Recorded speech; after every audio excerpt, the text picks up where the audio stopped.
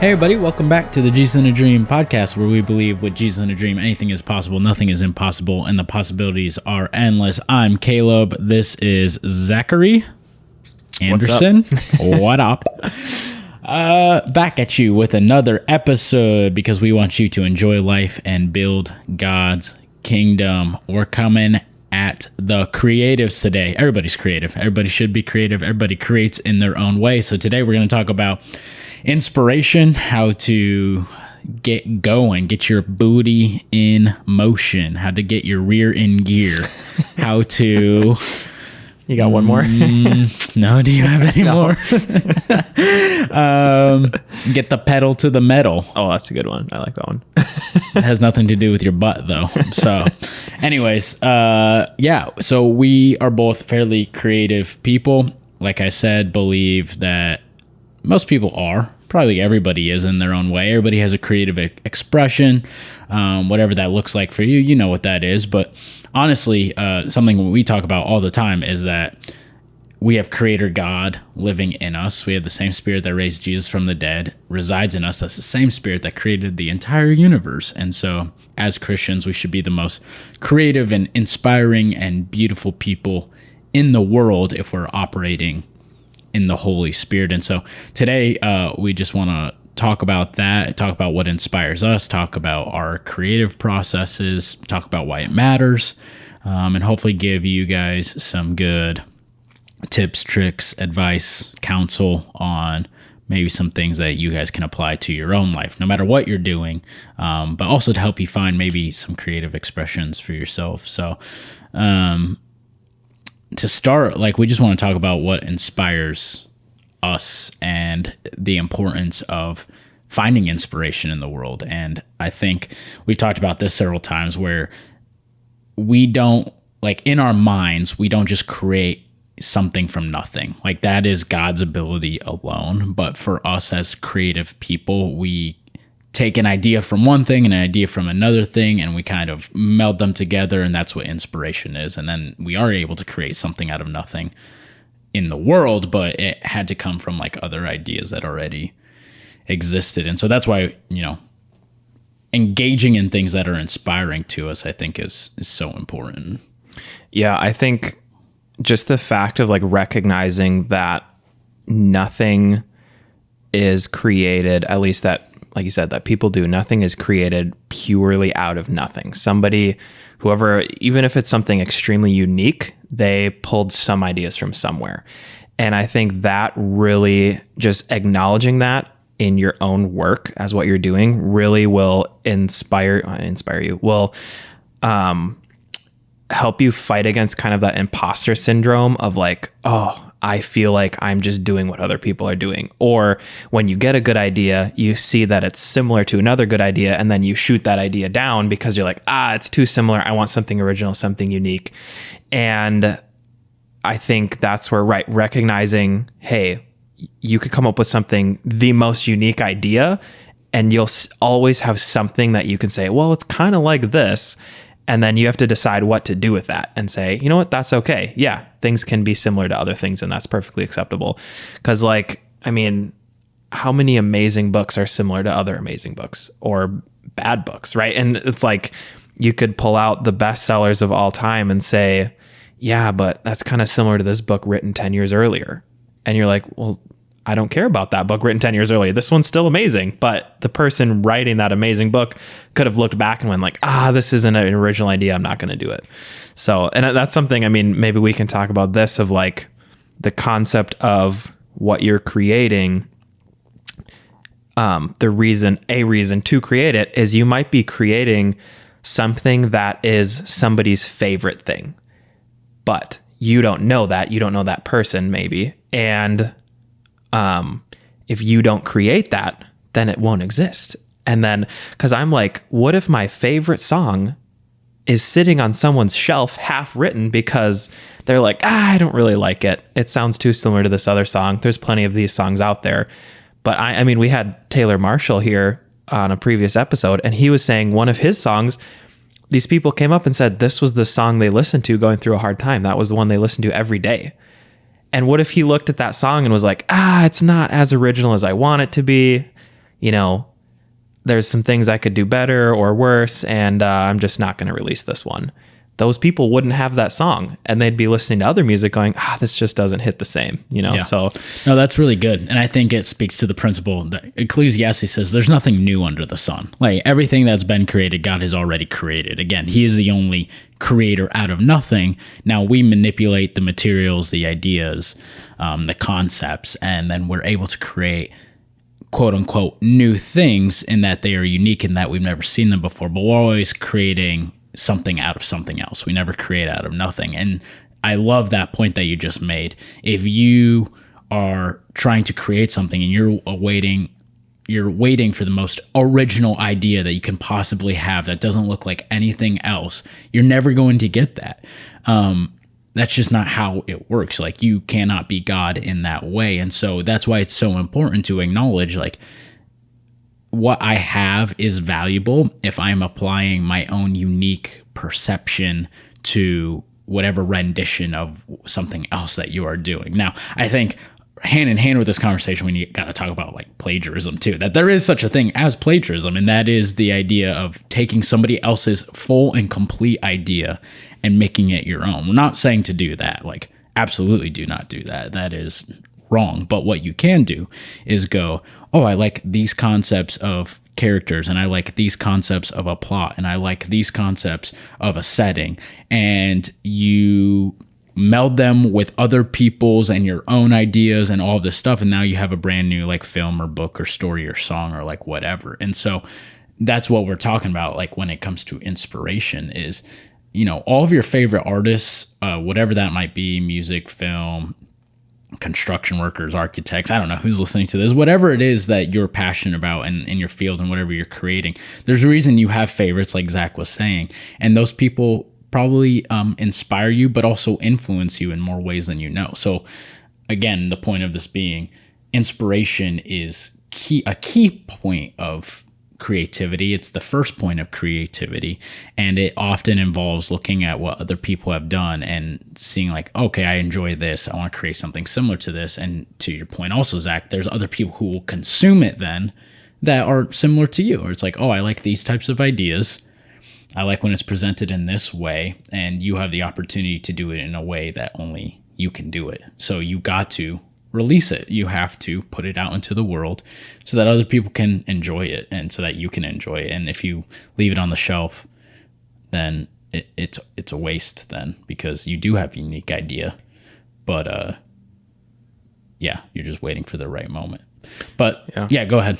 I think I'll kind of share a brief story that I just thought of here. And I think too, this, once again, we talk a lot about taking the pressure off yourself, because let's say you do come up with some amazing inspiration and you're like, oh, you know, I've got this idea and I'm going to put these two together, and it's something I've never seen before or is not really seen by a lot of people. So you've got a unique piece of inspiration. You're like, oh, this is awesome, I'm gonna do something with this. But then you put that pressure on yourself and you go, this is such a good idea, I don't want to ruin it. And I think, just you can't be put, like, obviously you have to treat it with respect and know like, okay, this is something I value and I want to do a good job, but don't like let that pressure hold you back. And I'm going to kind of switch over to this story of an author that I thought of, and it's from a book called Neuromancer, and it is considered one of the founding books, or one of the earliest books that kind of started its own genre. There's a handful of these written, I think in the 80s, I might be wrong on that, but the cyberpunk genre, which it's a very like subgenre of sci-fi, but it has its own unique tastes. And I read this book knowing that it was one of the first ones, and I read a little bit about the author, and this might have been in the foreword of the book or in the end, and he was saying, I never thought that this would take off like it is. He just was like, I've got some fun ideas. I hadn't really seen him before, so I wanted to put my own ideas in, plenty of sci-fi written before him, plenty of that kind of, I don't know what you call like the grungy street, like gang kind of stuff. And he kind of took those two and was like, a lot of the sci-fi that's written is like pristine utopia, and I'm going to kind of put a darker twist on it. Very simple combination. And he kicked off, and as one of the people that kicked off an entire like subgenre of books and culture and video games and just all this stuff. And he was like, it's crazy to see how all of this came out of me. Just what we said. He was inspired to do something slightly differently. He didn't come up with sci-fi genre on his own. He didn't come up with making a dark and gritty story on his own. Those all existed. He just put them together, and they'd probably been put together before him. And he just, his take on it was different, and it hit really well with a lot of people. And it was really cool reading it, because seeing modern day, all of the subculture that comes from this, there's little things that he put in there that I was like, oh, like this was kind of, it's like when you watch an early TV show that had done something new for the first time, and then you go, whoa, this is cool that we see, this is how, I'll just speak from film because I know that well. It's like someone does an effect for the first time, a special effect, and then everybody after that is like, oh, that worked really well. We're all going to do this. And then you see it for the first time and you're like, that's so cool. And they had to do it out of necessity, and they wanted to be unique. And then now it becomes mainstream. And it's an interesting thing where, like, if he knew, this author knew that his book was going to start an entire subgenre of culture and content and all this stuff, he would have been like, whoa, this is huge. There's a lot on my shoulders. Like, every word and every detail I put in here, people are going to read and like use that as a reference and be inspired by. And yet he just like wrote it and was like, I'm just going to kind of take a unique angle and I'm going to go at this and have a fun time. Cause I don't know if I'd recommend the book. It's fun to read, but it's, I don't know. It's fun to read when you're looking at it through the lens of like, this was one of the earliest of this subgenre. But yeah, I think just, I don't know, interesting story about how all that like just chain reaction over time too. Right. And I think you bring up a good point, and maybe this is a whole nother topic, but when you're creating, you don't control like the outcome of how people receive it. And that's why you just have to create, and you just have to be inspired and believe like in what you're doing. And, a helpful, like very practical tip of a way to like be inspired is, obviously to be inspired, you have to intentionally like think. You have, like, when you consume things, don't just like consume it for yourself. Consume it, especially in whatever field you're like passionate about or working in or creating in. Consume other people's ideas with intentionality of like, don't just say like, oh, that's a good idea. Say, oh, that's a good idea. Why was it a good idea? And what are the elements that go into this being a good idea? And like really break it down. Or that's why I think, behind the scenes stuff is so cool, because like with the internet now, you can see the process of literally anything. And I think it's important to like go into those things and see what are the little pieces that make up the big idea, and what of those little pieces can I use to, like you're saying, like a special effect. How can I take that special effect, implement it into my story, and now it's a whole new thing. But another very practical thing, I think, is the compound concept. And that is like, for example, this podcast, Jesus in a Dream podcast.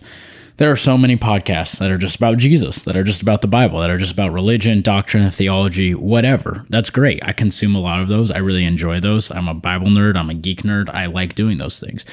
I'm also very passionate about dreaming, and I get inspired by movies like La La Land and really cool albums that have stories to them, and art, and all of those things. And in my mind, I'm passionate about those two things, Jesus and a Dream.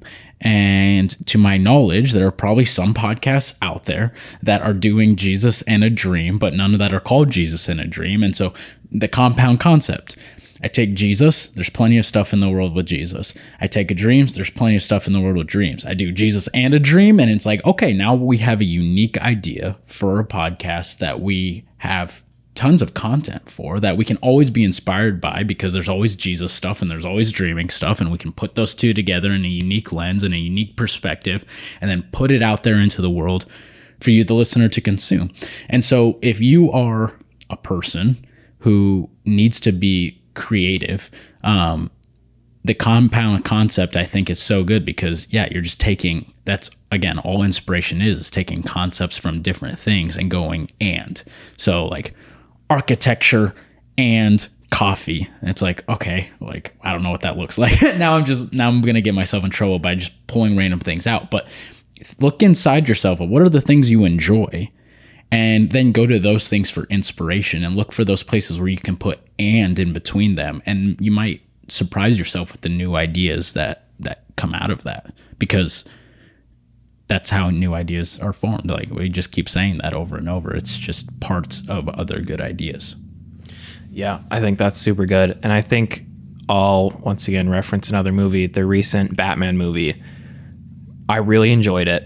And they obviously, I at first was hesitant. I didn't want to go. And it looked like they were just going to make another superhero movie, another Batman movie.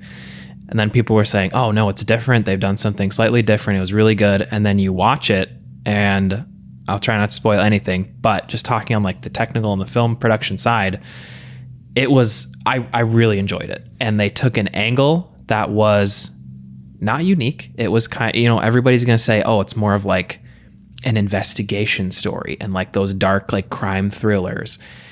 And they took that angle and they said Batman and a dark crime thriller, like hunting a serial killer vibe. And they put those two together, and it was a great combination. It worked amazingly. I thought everything complemented everything really well. And they didn't hold themselves back. And now might be the flip side of inspiration, is you look at things and you say, oh, well, it needs to be like this. And I think that's where the Batman did it really well, is because they removed some things that were your classic superhero. Every superhero movie needs XYZ.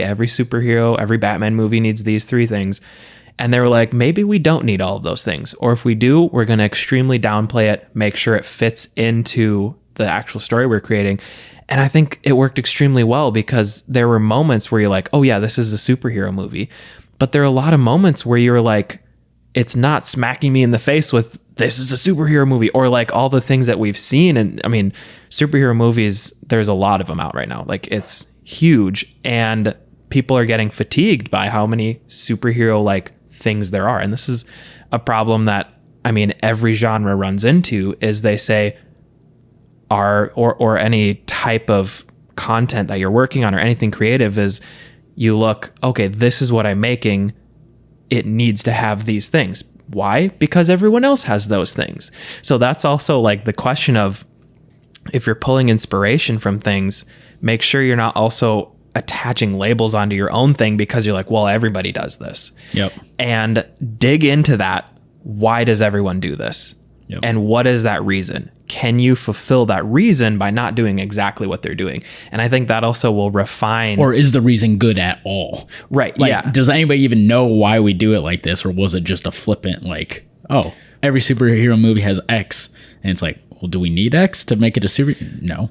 Right. Exactly. And then I think that will just really refine and enhance that inspiration and that creativity, because as the viewer, when I go and I watch this and I see the decisions they make, and they go, okay, every superhero has this moment, we're going to change that, or we're going to remove it entirely, or we're going to really enhance it and go big on that.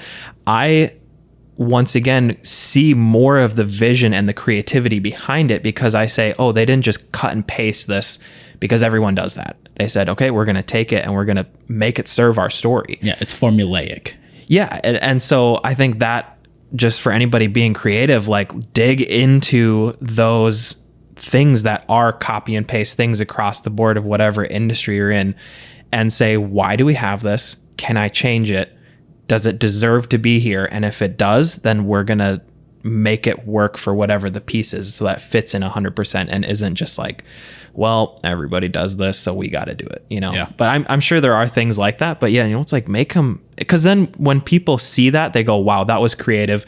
They had to fill this spot. They had to solve this problem. Everybody has to, because that's the nature of it. But whoa, you did it in a really cool, interesting way. And I think that is what is like life-giving to the people who consume that or enjoy whatever that thing is that being created, and it just brings it up to another level of excellence. Yeah. But yeah, I think in the very essence of creativity, there is a sense of newness and freshness that has to come along with it. Otherwise, it does feel like, oh, we've been here before, been there, done that. It looks the same. And to that point, I want to say just like some encouragement to, maybe you are this type of person, or maybe you've ran into these types of people, and these types of people are not bad. but we'll just call them like the traditionalist, where they have seen something done in their industry for a long time, or they've been doing it a long time. They really enjoy that flavor of whatever it is. And they're not really interested in a creative or fresh idea because the idea itself serves its purpose. And this is my point, I guess, as Arthur makes noise in the background. My point to this, I guess, is when you take a compound idea where you're going, or a compound concept, as I guess I was saying before, and you go, I'm going to take this from over here and this from over here, chances are that idea is going to be labeled as silly or stupid or like whatever, because you're deviating from the already well-worn path. And that is something that, again, in the essence of the word creativity, it's going to mean new. And no creative or innovative idea ever comes directly out of like the traditional path. Like, yes, it might take pieces of it and then reorient it and be thought about in a new and inspirational way. But I was reading this book called Alchemy, which is all about like marketing psychology and all this stuff. And he was basically talking about how ideas, especially like in the corporate world, when systems have already been created, formulas have already been created to expand really fast, that when new ideas are introduced, it throws a cog into the machine. And the reason it throws a cog into the, what is that saying? Is it a wrench into the gears? Yeah, a wrench into the machine, maybe. Why don't I know the saying? Sometimes, like, I feel, anyways, is because like nobody has ever thought about it before. And that's then makes it silly, because it's like, oh, if this was supposed to be here, it would have already been here. But then you have to hold that intention with like, well, we're always trying to be innovative and creative. How are we ever supposed to get to new ideas if we're always doing it the way that it's always been done? And so that is the tension you have to wrestle in, and know, I guess, what your position is in whatever organization you are, or like in your own life, or but let me just talk to the individual fast. If maybe you feel like you're always hitting creative blocks, like it's hard for you to create like fresh and innovative whatever it is in your industry, it might be because you're holding on maybe a little too tight to how it's always been done, and you are unable to see the why and how to like fulfill the purpose of, again, like, to make it easy, like when we're talking about genre, there are certain things that each genre has to hit in order for it to be that genre. Like in order for it to be cyberpunk, like it has to have these ingredients, otherwise it's not cyberpunk. So if you're trying to create a cyberpunk story, like there are some things that just absolutely have to be in that story in order for it to be that genre. Because if you don't, then it's going to be something completely different, then you're not hitting your goal anyway. But there are ways to take those elements and go, like, to your point, what needs to be here, what can be changed and altered and made in different ways that make it fresh and new and exciting for the consumer. But yeah, I just wanted to speak to that of like, if you find yourself being a traditionalist, again, there's nothing wrong with that, and there's plenty of content out there for that, and you enjoy that, and I love that. But if you're trying to create something new and fresh and innovative, you might run into some adversity or challenges when you're first trying to break into the market or the industry, because people are going, this isn't what this is supposed to look like. But I'll share a story from the Alchemy book. It's like the drive-through window. Like that was some like lower level employees. Like it was an employee who like literally worked in the restaurant. It wasn't some like executive or whatever. It was like, what if we cut a hole in the wall and put the food out the hole? And they were like, no, that's stupid.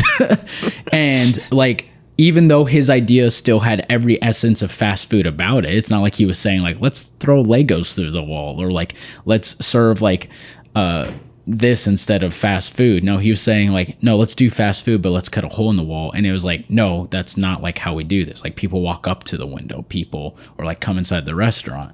And eventually, once that, idea was accepted, it revolutionized like the fast food industry. And you see stories of like that in all different industries and different creative fields of, the initial idea got met with opposition, But that's just because it's like people get in their minds that it's supposed to work that way, and there's nothing wrong with that, but keep at it with your ideas. Yeah, let's continue this thread just for another few minutes here of what do you do if you're somebody who is not in a leadership position and your job is to be creative, and then you come up and present creative ideas and they say, well, no, this is how we've done it all the time. Or they say, we can't change that. And I know that happens a lot in so many different industries is you are asked to be creative, asked to think outside the box. And then you think outside the box and you present that idea and someone says, sorry, but we got to work in the box. And is there a way to work around that? Like, what's the mindset or the attitude? Because a lot of times it creates conflict and someone goes, you're just so difficult. You're stuck in the past. We need to change and you're not willing to change. And a lot of this, like an easy example is with technology, and a younger person will come up and say, hey, here's this program we can use. And somebody else will say, sorry, we've been using this for the past 10 years. It works great. Why are we changing it now? And then there's just already conflict. And I know there needs to be respect there. And there is a healthy way about it, right? Where that person says, let's make a drive-through window. And they said, that's stupid. We've been doing restaurants this whole time. Why do we need a drive-through window? And so yeah, any thoughts on that? Yeah, I do. And I think because there's a ton of different directions we can go on this, but to keep in the frame of, Jesus in a Dream and how we're trying to inspire our listeners. And I think it's important to know your sphere of influence, that there are people that, whether formally or informally, you influence, and then there are people outside of that circle. And the people outside of that circle can come inside of the circle, but it usually isn't going to be because like you force them into there. Like everybody chooses who their sphere of influence, like who influences them. At a job, it's like it is chosen for you, but like you choose to like work there, and then you work at like your job and like all that stuff. But in the essence of like Jesus in a Dream, in the spirit of Jesus in a Dream, what I would say in those instances, it's like you have an idea and it is not being received by like your superiors, if you will. That is where I would say, like, it's a good idea, believe in your idea and develop it any way that you can, whether that's inside the workplace or outside of the workplace. And that's, this is like the beautiful thing of America and the free market, is that you are able, if your idea is better than somebody else's idea, it will be received. And there's freedom for it to be received. And that is where I would say, like, if you find yourself, like, I'm not talking about like stealing like intellectual property or anything, but if you have an idea and it's a good idea and where you're at isn't allowing that idea to thrive, I'm again not advising anybody to like quit their job, but work on that idea in your free time with your own sphere of influence of say you are like a comic book artist and you have an idea for a comic book and your publisher is like, or like your job is like, nope, we don't like want to develop that idea. That doesn't mean you still can't develop the idea on your own free time. Like nobody's stopping you from doing that. And if you believe it's an actual good idea, then you should, like, even though you can't get the resources of like your job and the relationships of your job behind it, I'm not saying like start a coup or like, growing up in church culture, you say like, oh, well, I'm just going to go start my own church. There is a way to develop your own ideas, develop your own creativity where outside of where you feel limited. Like that limitation is maybe, from 9 to 5, Monday through Friday, but it's not outside of that. And you should be respectful to your bosses and to your job and to your organizations by going like, you know what? I have my own sphere of influence, but I'm also influenced by these people. If these people are saying we're not going to do that here, then I have to make a decision for myself. Am I going to believe in this idea enough to develop it outside of this? And does that mean on my own time, or do I need to find a new job, or do I need to start my own business, or do I need to, whatever? Like just because somebody shuts down your idea who's more influential than you in whatever place you're at, doesn't mean that the idea has to die. And that's the whole thing with Jesus in a Dream. It's like, we're going to be innovative, creative. And that sometimes means doing things outside of the box in different areas in creative ways. I'm going to add one more element to this conversation here just for the last couple minutes. If also with this, let's say this idea that you have, let's say that's a dream, and you know this is from God, I think that takes it a little bit different of a way, because you will absolutely meet some resistance. I'm sure the case happens where God gives you an idea or a dream and everybody around you is like, let's do it. And that's great. If you have people around you and everyone around you is supportive, that's absolutely fantastic. But I feel like most cases there is resistance one way or another from people around you or someone that you have to work with or have to deal with, who's going to say, this is not a great idea, or this is a waste of time. And that's just the nature of chasing dreams, which is why we have a podcast, so you listen to it and be inspired and not shut down. But I think too, if God's given you a dream and you meet that resistance and that opposition, then like you said, keep working on it, don't give up on it, and don't let that opposition shut it down. Because I think in the end too, either there will be justice of some kind, in my opinion, especially if someone is like really out after you, and hopefully nothing happens to that extent where someone's just like, I've decided to make it my goal to shut you down. But that does happen. And I just think back to a couple weeks ago, I was reading, and it was, I can't think of the book of the Bible, but I think it was in First or Second Kings, and there was an army outside of Jerusalem, and I think it was Elisha, and they were like, God's going to hand us over to, or that army will be handed to us, and all we need to do is send out our elite commandos, and that will be enough. And it was something, and like one of the leaders was like, literally laughed at him, and it was like, that's a joke. And because the thing was, they were out of food, and it was going to be, right. Are you familiar with the one? Okay, so you know what I'm talking about. So I'm trying to get the stories right. So it's basically they're out of food, they're surrounded, and they're starving. God says to them, I'm going to not only give you a victory, but I'm going to give you all the food and you're all going to eat. And the one guy was like, that's stupid. That's dumb. I can't believe you would do this. And my job as an advisor is going to convince the king that your idea is stupid. And then the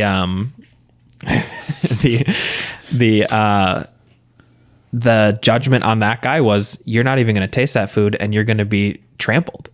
And like, that's really harsh, but that's what happens. I mean, like, not saying that that's always going to be the case, but I think if God's given you an idea and a dream and you're chasing after it and doing your job to do that, and someone else comes up against you, it's not your place to go and bring judgment on them, because that's God's job.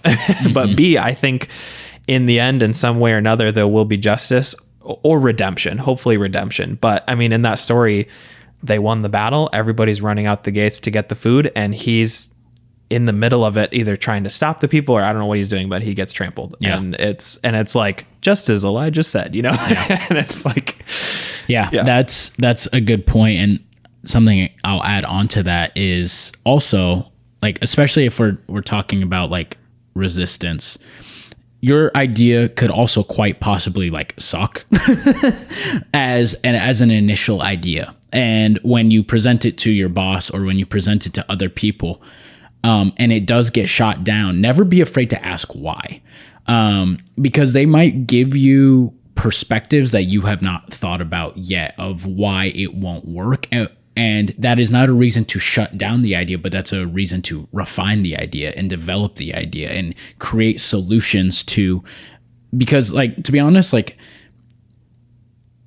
in some cases, like, your boss is wise, and not some cases, like in a lot of cases, your boss is wise and they've earned their position and they have a perspective and experience that you might not have. And so them saying like, no, this won't work, could be coming from a place of like wisdom rather than just like negativity or not wanting to change.